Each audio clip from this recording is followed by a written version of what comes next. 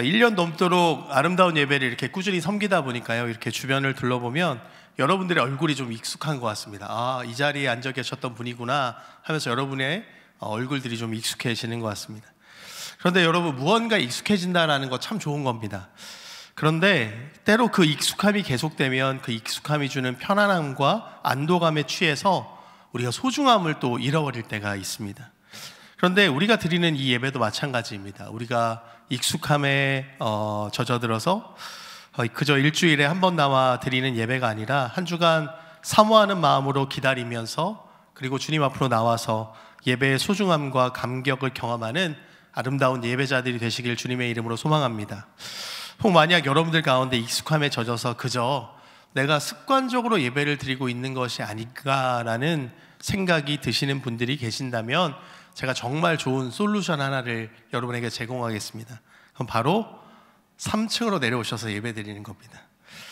네, 맞습니다. 앞자리로 나와서 예배 드리자라는 광고를 제가 이렇게 구구절절하게 길게 얘기하고 있는 겁니다. 여러분, 다음 주에는 여러분의 좀 익숙한 자리에서 벗어나서 앞자리에 나오셔서 함께 좀 예배 드렸으면 좋겠습니다.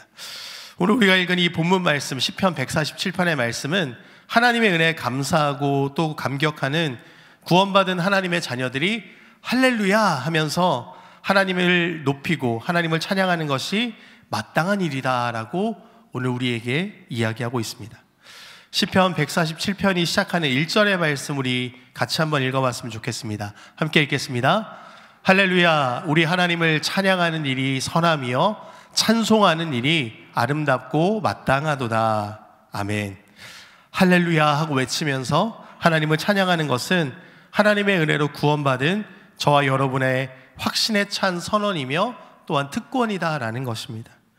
그래서 오늘 본문의 12절 말씀은 예루살렘아 여호와를 찬송할지어다, 시온아 내 하나님을 찬양할지어다 라고 한 번 더 우리에게 선언합니다. 시온과 예루살렘, 이곳은 하나님의 백성들이 모여서 예배하는 장소였습니다. 그리고 이 예루살렘과 시온은 하나님의 백성들의 모임을 또한 의미하는 것이기도 합니다. 우리의 찬양을 받으실 분은 여호와 하나님이신데 그분이 바로 내 하나님이다 라고 오늘 시인은 선포하고 있습니다. 하나님을 나의 하나님으로, 그리고 우리의 하나님으로 믿고 예배하는 사람들이 진정으로 하나님을 찬양할 수 있다라는 의미가 여기에는 담겨져 있는 것입니다. 여러분, 그러면 우리가 할렐루야 하면서 경배하고 찬양해야 될 우리 하나님은 어떤 분이실까 한번 생각해 보기 원합니다. 오늘 말씀을 보면 하나님은 우리의 삶의 자리에서 문빗장을 견고하게 하시는 분이시다라고 이야기하고 있습니다. 13절 말씀에 그가 내 문빗장을 견고하게 하시고 라고 이야기합니다. 여러분, 문빗장이 뭔지 아세요? 그 큰 대문을 닫은 후에 열리지 않도록 가로질러 잠그는 그 잠금 장치를 의미하는 것입니다. 우리가 살아가다 보면 내가 문을 열지 않았는데 외적인 조건과 상황에 의해서 그 문빗장이 풀릴 때가 있습니다. 내가 열고 닫는 것은 내 의지대로 어떻게 좀 해보겠는데 내 힘으로는 아무리 막으려 해도 막을 수 없는, 그래서 그것들이 그냥 풀려버리는, 열려버리는 일들이 얼마나 많이 일어나는지 모르겠습니다. 그러면 누가 과연 우리의 이 문빗장을 견고하게 지켜줄 수 있을까? 정답은 바로 우리 하나님이시다라는 사실을 오늘 시인은 우리에게 이야기하면서 그 하나님을 찬양하라라고 이야기하고 있는 것입니다. 그런데 우리 하나님께서는요, 이 문빗장을 견고하게 하셔서 외부로부터 오는 공격을 막아주실 뿐만 아니라 우리의 내부도, 그 안에 있는 것들도 평안하게 지켜주신다라는 것입니다. 이에 관해서 오늘 말씀은 먼저 두 가지 사실에 대해서 말씀하고 있습니다. 13절 말씀에 이렇게 이야기합니다. 내 가운데에 있는 너의 자녀들에게 복을 주셨다라고 말씀하고 있습니다. 하나님께서 오늘 우리의 자녀들에게 복을 주신다라고 약속하십니다. 우리의 가정과 또 교회의 공동체, 또 이 사회가 평안하기 위해서 가장 중요한 요인이 있다라고 하면 바로 우리의 자녀들의 문제입니다. 어느 학군, 어느 학교에 입학하느냐의 문제부터 이제 시작합니다. 이제 중학교도 사실 평준화라서 지원해서 가는데 그 중에서 또 내가 가고 싶은 학교가 있어서 어느 학교에 가느냐, 또 대학 입시의 문제, 졸업하면 또 취업의 문제가 있습니다. 취업 후에는 결혼의 문제도 있고 또 자녀를 키우는 문제들, 수많은 문제들이 있습니다. 한 가지 해결하면 한 가지가 또 나오는 것이 바로 자녀와 관련된 문제가 아닌가 싶습니다. 그런데 여기에서 문제 해결보다 여러분 더 중요한 것이 하나 있습니다. 그것은 바로 우리의 자녀를 성숙한 신앙인으로 성장시키는 것입니다. 언제까지 우리가 우리의 자녀들의 곁을 지켜줄 수 없습니다. 어렸을 때야 따라다니면서 지켜주고 돌보고 입히고 먹이고 할 수 있는데 시간이 지나면서 24시간 우리가 자녀들의 곁에 있을 수는 없다라는 것입니다. 그리고 또 시간이 지나면 지날수록 우리의 자녀들이 우리보다 더 똑똑해지는 것 같아요. 얘네들이 핸드폰을 가지고 또 여러 가지 미디어의 발달에 따라서 우리보다 더 많은 정보들을 더 빨리 취득하는 것 같습니다. 사랑하는 여러분, 오직 우리 하나님만이 오늘 우리의 자녀들을 인격적으로, 신앙적으로 성숙한 사람으로 자랄 수 있도록 인도하신다라는 사실을 깨달으시기 바랍니다. 그렇기 때문에 우리가 우리 자녀들에게 그 하나님을 만날 기회를 주셨으면 좋겠습니다. 저는 우리 아름다운 예배가 참 좋은 기회라고 생각이 됩니다. 될 수 있으면 여러분의 자녀들과 함께 이 예배를 드리셨으면 좋겠습니다. 아직 아기가 어려서 울고 막 떠들고 목사님 그래서 데리고 나오는 게 좀 눈치가 보입니다 라고 이야기하시는 분들이 있을지 모르겠습니다. 그런데 여러분, 우리가 이 생각을 한번 해보셔야 됩니다. 우리의 잠깐의 불편함 때문에 하나님의 기쁨을 빼앗지 않았으면 좋겠습니다. 우리의 자녀들이 이곳에 나와서 비록 떠든다고 하더라도 막 돌아다닌다고 하더라도 여러분 그 모습을 우리 하나님께서 얼마나 기뻐하실까. 다만 우리가 조금 불편할 수는 있겠죠. 예배에 집중이 흐트러지고, 그러나 그것보다 더 중요한 것은 하나님께서 그 모습을 보면서 얼마나 기뻐하실까라는 것입니다. 예수님이라면 어떻게 하셨을까를 생각해 보면 아이가 내게로 오는 것을 막지 말아라 라고 말씀하셨던 그 주님의 모습이 상상되는 것입니다. 사랑하는 여러분, 하나님께서 오늘 우리 자녀들에게 복을 주시겠다라고 약속하셨다면 그 약속을 우리가 확신하면서 그 약속의 말씀을 붙들고 우리의 자녀들과 더불어 함께 예배의 자리에 나와서 하나님을 한번 찬양해 보셨으면 좋겠습니다. 14절 말씀에서 하나님은 또 이렇게 말씀하십니다. 아름다운 밀로 우리를 배불리 먹이신다라고 약속해 주십니다. 14절 말씀, 내 경내를 평안하게 하시고 아름다운 밀로 너를 배불리신다라고 말씀하고 있는 것이죠. 오늘 우리의 상황을 놓고 보면 이 말씀에 쉽게 아멘하는 것 쉽지 않습니다. 오늘 돌아가는 우리의 상황들, 시대적인 상황들이나 지금의 어떤 상황들을 바라보면 이 말씀에 우리가 쉽게 아멘, 할렐루야 할 수 없습니다. 그런데 신실하신 하나님께서 분명히 말씀하시는데 그냥 밀이 아니라 아름다운 밀로 우리를 배불리 먹이신다라고 이야기합니다. 24절 말씀을 표준 세번역 성경으로 한번 읽어드리겠습니다. 내가 사는 땅에 평화를 심어주시고 가장 좋은 밀곡식으로 너를 배불리신다라고 말씀하고 있습니다. 같은 부분을 우리말 성경으로는 같이 한번 읽어봤으면 좋겠습니다. 우리말 성경으로 같이 읽겠습니다. 또 내 경계 안에 평화를 주시고 가장 고운 밀가루로 너를 배불리신다. 이렇게 번역하고 있습니다. 하나님이 우리에게 주시는 이 아름다운 밀이라는 것은 여러분 세상의 관점과는 좀 다른 것입니다.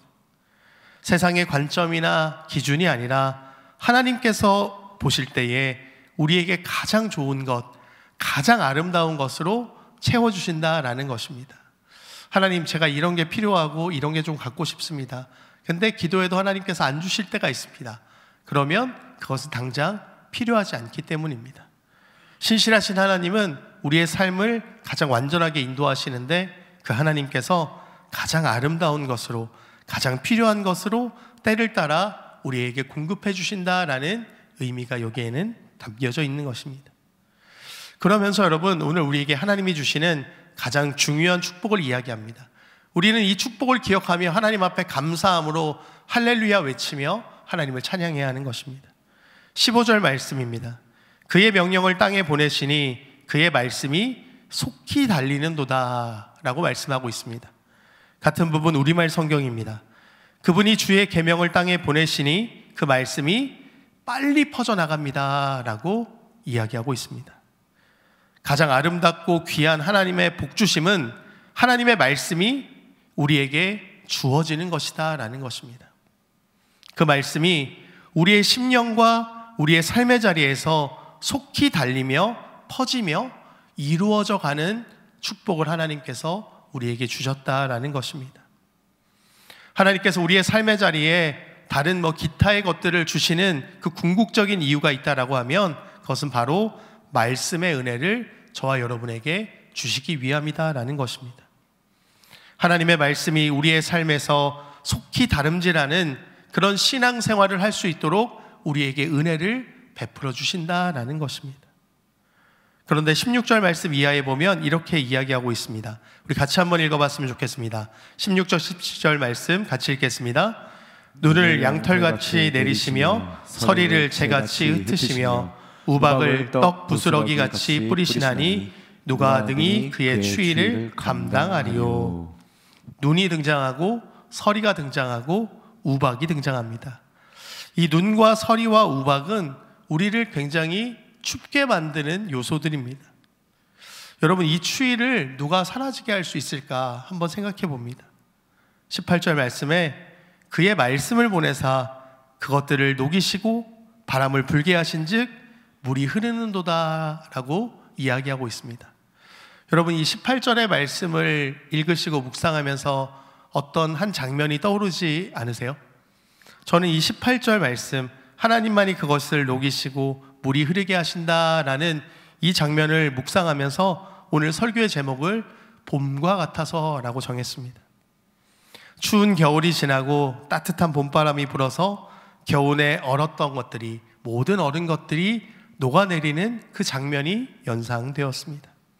그러면서 우리 하나님이 정말 봄과 같으신 분이시구나 라고 생각해 보았습니다. 내가 찬양해야 할 그 하나님께서 우리의 삶에 봄처럼 다가오시는구나 라고 깨닫게 되었습니다. 여러분, 지금 여러분 인생에 추운 겨울을 보내고 계십니까? 여러분의 마음이 꽁꽁 얼어 계십니까? 나를 둘러싸고 있는 상황들이 나를 춥게 만들고 어렵게 만들고 힘들게 만드는 그런 상황 가운데 있으십니까? 그래서 주님 앞으로 더 가까이 나아가고 싶지만 그렇지 못하고 계십니까? 오늘 봄과 같은 하나님의 말씀이 이 시간 저와 여러분에게 찾아오셔서 우리의 얼어있는 마음을 녹이시고 또 물같이 흐르게 해주실 것을 믿으시기 바랍니다. 봄과 같은 하나님의 그 말씀이 우리의 영적인 추위와 얼어붙음을 녹이고 영적인 생수가 흐르게 하실 것입니다. 우리가 신앙생활을 하면서 하나님의 말씀을 머리로만 깨닫고 그 말씀이 우리의 삶에 아무런 영향력을 끼치지 못한다라고 하면 그것은 얼어있는 말씀에 불과한 것입니다. 그 무엇도 녹이지 못하는 것입니다. 하나님의 말씀이 얼어붙은 내 영혼을 녹이고 또 물이 흐르게 하셨다면 우리도 그 물을 흘려보내서 얼어있는 구석구석을 녹이고 깨끗하게 해야 하지 않겠습니까? 하나님의 말씀이 오늘 우리의 삶의 모든 영역 가운데 생수처럼 흘러 넘쳤으면 좋겠습니다. 그리고 바로 이것이 우리가 하나님을 찬양해야 할 가장 근본적인 이유인 하나님께서 오늘 저와 여러분에게 주신 말씀의 축복이다라는 사실을 우리가 깨달을 수 있었으면 좋겠습니다. 이어지는 본문의 19절과 20절 말씀입니다. 우리 이 말씀도 같이 한번 읽어봤으면 좋겠습니다. 그가 그의 말씀을 야곱에게 보이시며 그의 율례와 규례를 이스라엘에게 보이시는도다. 그는 어느 민족에게도 이와 같이 행하지 아니하셨나니 그들은 그의 법도를 알지 못하였도다. 할렐루야. 147편은 할렐루야로 시작해서 할렐루야로 마치고 있습니다. 하나님께서 다른 어느 민족에게도 하나님의 말씀을 알게 하지 않으셨는데 오직 이스라엘 백성들에게만 하나님의 말씀을 보이셨고 그 말씀이 무슨 의미인지 깨닫게 해주셨다라는 것입니다. 이런 놀라운 하나님의 은혜를 받았기에 이스라엘 백성들뿐만 아니라 이 놀라운 은혜를 저와 여러분이 지금도 누리고 있다라는 것입니다. 우리가 하나님의 말씀을 통해서 은혜를 알고 체험을 한 축복받은 자라면 우리의 삶이 할렐루야로 시작해서 여러분 할렐루야로 끝나야 되는 것이 아니겠습니까? 하나님을 찬양하는 음성이 또 할렐루야 소리가 그치지 않는 저와 여러분의 삶이 되었으면 좋겠습니다. 2025년 한 해 우리가 살아가야 할 이 한 해가 어떤 한 해가 될지 우리는 알지 못합니다. 그러나 많은 사람들이 어렵다라고 이야기합니다. 근데 여러분 한번 생각해 보세요. 언제 편하게 시작한 한 해가 있었나요? 매년 뉴스나 미디어에서는 힘들다 어렵다라고 이야기합니다. 그러나 분명히 우리가 확신할 수 있는 것은 신실하신 하나님께서 올 한 해 우리의 삶도 가장 좋은 길로 인도해 주시고 또 이 나라와 민족의 앞길도 신실하게 인도하여 주신다라는 사실을 우리는 믿어야 한다라는 것입니다. 오늘 우리가 그 주님의 은혜를 경험한 자라면, 하나님의 말씀을 깨달은 자라면, 그 말씀이 우리의 삶에 봄같이 다가온다면 얼어붙어 있는 우리의 삶의 모든 것들을 녹이고 그 흘러내린 물을 통하여서 또 우리의 삶에, 우리 주변에 모든 얼어붙었던 영역들이 우리를 통하여서 녹아내리고 또 그 사람들에게 봄과 같은 하나님의 사랑이 경험되고 전해질 수 있기를 주님의 이름으로 축복합니다. 하나님을 찬양하는 이 음성, 할렐루야 소리가 그치지 않고 오직 주님의 은혜만을 구하며 주님을 찬양하며 하나님을 바라보며 나아갈 때 하나님께서 우리의 삶을 가장 신실하게, 가장 완전하게 인도해 주신다라는 사실을 깨닫고 그 하나님을 올 한 해 마음껏 찬양하는 저와 여러분의 삶이 되시기를 주님의 이름으로 축복합니다.